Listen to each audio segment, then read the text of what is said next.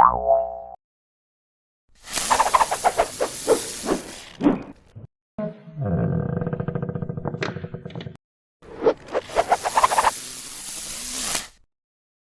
sahabat Dinar, kembali lagi bersama aku Zana di channel Dinar All in One.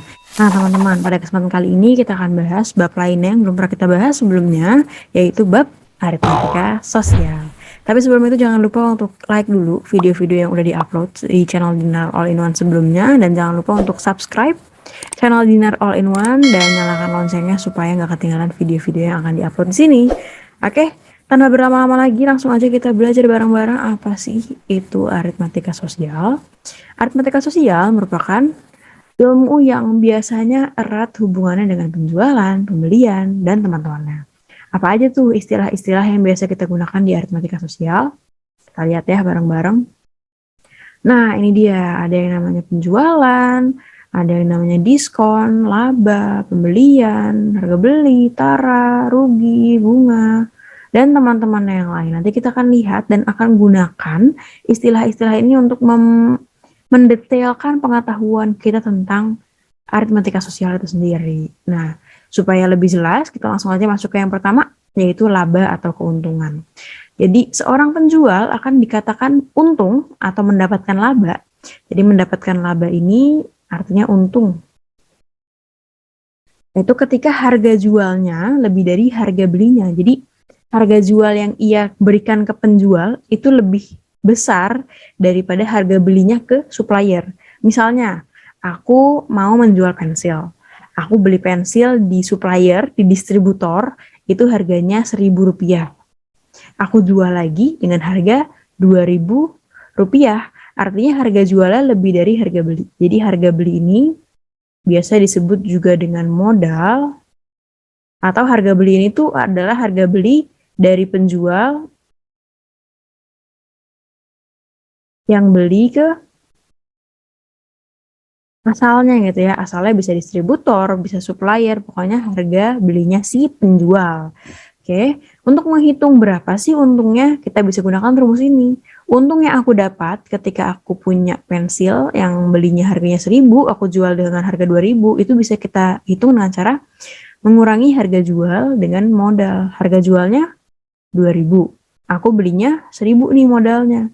Artinya aku untung Rp1.000. Ini yang namanya untung atau laba atau profit gitu ya. Kemudian untung itu bisa juga dinyatakan dalam persentase. Aku untung berapa persen sih kalau aku beli pensil 1.000, aku jual 2.000. Dengan cara untungnya berapa? 1.000. Modalnya berapa? 1.000 dikali 100%.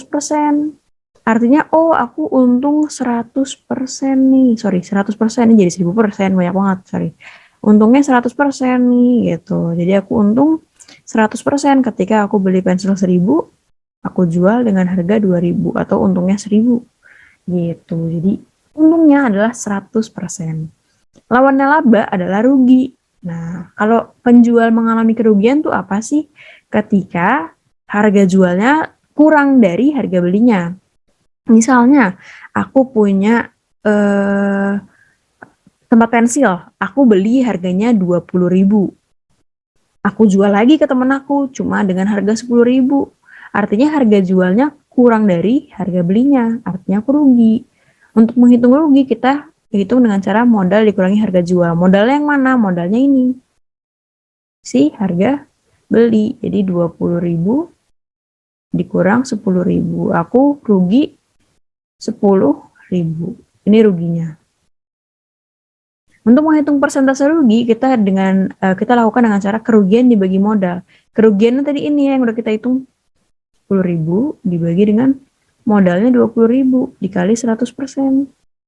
Berapa sih? Coret-coret 2, 1, coret-coret 50. Jadi sebenarnya aku rugi 50% kalau aku jual lagi pensil yang awalnya 20.000 dengan harga 10.000. Seperti itu. Selanjutnya ada yang namanya diskon. Nah, biasanya teman-teman nih gampang nangkepnya kalau ngomongin diskon, soalnya ini relatable banget di kehidupan nyata kita gitu ya. Jadi diskon itu disebut juga dengan rabat. Diskon itu adalah biaya potongan dari harga barang. Umumnya dinyatakan dalam bentuk persen ya. Kemudian diskon itu bisa dihitung dengan cara persentase diskonnya dikali dengan harga barang awal. Misalnya aku punya baju yang harga awalnya 100.000, kemudian diskon 10%. Nah, berarti diskonnya itu potongannya ya, itu bisa dihitung dengan cara 10% dikali 100.000, yaitu diskonnya dikali dengan harga barang awalnya. Jadi potongannya itu Rp10.000. Nah, untuk menghitung harga barang akhirnya, berarti harga barang awalnya 100.000 dikurang dengan potongannya. Jadi diskonnya potongannya ya, yaitu 90.000. Jadi kalau ada barang 100.000 diskon 10.000, kalau ada barang 100.000 diskonnya 10%, kita bayarnya 90.000 aja. 10%-nya dipotong, yaitu 10.000-nya dipotong jadi diskon. Sebenarnya ada cara cepetnya nih, kalau misalnya ada diskon 10.000. Sorry, ada diskon 10%, salah ngomong terus ya. Ada diskon 10%, kalau mau kita hitung harga akhirnya, kita tinggal menghitung dengan cara 100% dikurang 10%. Nanti kemudian dikali dengan harga awalnya. Dikali dengan, ini kita dikurangin dulu, baru dikali harga awalnya. Harga awal. Jadi 90% dikali harga awal. Gitu. Jadi ketemunya sama. Misalnya ada diskon 75%. Berarti harga akhirnya berapa? Harga akhir 25% dikali harga awal. Kenapa 25%? Karena 100% dikurang 75%. Seperti itu cara cepatnya ya. Jadi persentasenya dikurangin dulu baru dikali. Sama aja tapi boleh teman-teman lakukan yang manapun yang teman-teman suka. Selanjutnya ada bruto neto tara. Jadi secara singkat bruto itu adalah berat kotor atau berat sama bungkus-bungkusnya. Kalau tara neto itu adalah berat bersih atau tanpa bungkusnya. Kalau tara itu bungkusnya doang. Atau ilustrasinya gini, kalau ada beras sama karungnya, itu namanya bruto. Kalau berasnya doang, itu tara. Oh no! Kalau karungnya doang, itu neto. Oh, come on. Jadi ini namanya bruto, ini tara, ini neto. Seperti itu. Jadi nanti kalau misalnya ada istilah bruto neto tara, teman-teman udah tahu apa itu bruto neto tara. Kemudian untuk bunga itu ada dua, ada bunga tunggal, ada bunga majemuk. Untuk yang lebih sederhana adalah bunga tunggal, karena ini nggak pakai akumulasi, artinya cuma punya satu variasi tetap dari awal sampai akhir periode.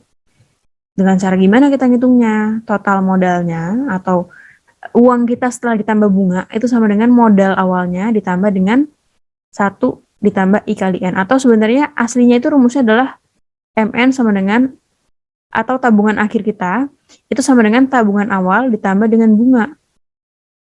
Nah, karena bunga itu dihitungnya dengan cara persentase bunga dikali dengan modal, nah jadinya nanti rumusnya seperti ini, karena nanti lamanya waktu menabung itu akan berhubungan juga dengan si persentase ini. Seperti itu. Nanti mungkin akan lebih jelas kalau teman-teman langsung kerjain latihan soal yang ada di video berikutnya nih. Jadi jangan lupa tonton juga video berikutnya untuk kerjain bunga tunggal. Kayak gitu. Jadi N itu adalah jangka waktunya, I itu persentase bunga simpanan. Nah, lawannya ada bunga majemuk. Bunga majemuk ini lebih kompleks. Kenapa? Karena ada akumulasi. Seperti itu. Jadi ada akumulasi dari periode sebelumnya. Kalau awalnya bunganya sekian, nanti di periode selanjutnya akan berubah karena perhitungannya akan diikut campurkan dengan harga yang sebelumnya. Jadi misalnya kita nabung 100.000. Kemudian setelah sebulan uang kita menjadi 110.000. Nanti akan akumulasinya, bunganya itu akan diakumulasi setelah periode 1 selesai gitu. Jadi misalnya ada 12 periode. Untuk menghitung periode 2, periode 1 itu berpengaruh. Untuk menghitung periode 3, periode 2 itu berpengaruh. Jadi ada namanya akumulasi. Beda sama bunga tunggal. Kalau bunga tunggal ada periode 1 sampai 12, ya selama satu periode itu 1 sampai 12 ya ngitungnya sama aja. Gitu. Nah, untuk menghitung bunga majemuk, caranya adalah dengan cara ini rumusnya. MN sama dengan M0, 1 tambah B dipangkatkan dengan N. Nah, B-nya ini adalah persentase bunganya. N itu adalah jangka waktu, seperti tadi juga. Nah, mungkin untuk aritmatika sosial itu aja yang bisa aku jelasin. Nanti untuk lebih jelasnya akan menjadi lebih seru dan lebih mengerti kalau kita langsung terapkan materi tadi ke latihan soal. Jadi jangan lupa tonton video berikutnya, karena di video berikutnya aku akan bahas dan kupas beberapa soal tentang aritmatika sosial, baik itu bunga, laba rugi, apapun itu kita akan bahas. Jadi jangan lupa tonton video selanjutnya. Sampai bertemu di video pembahasan soal.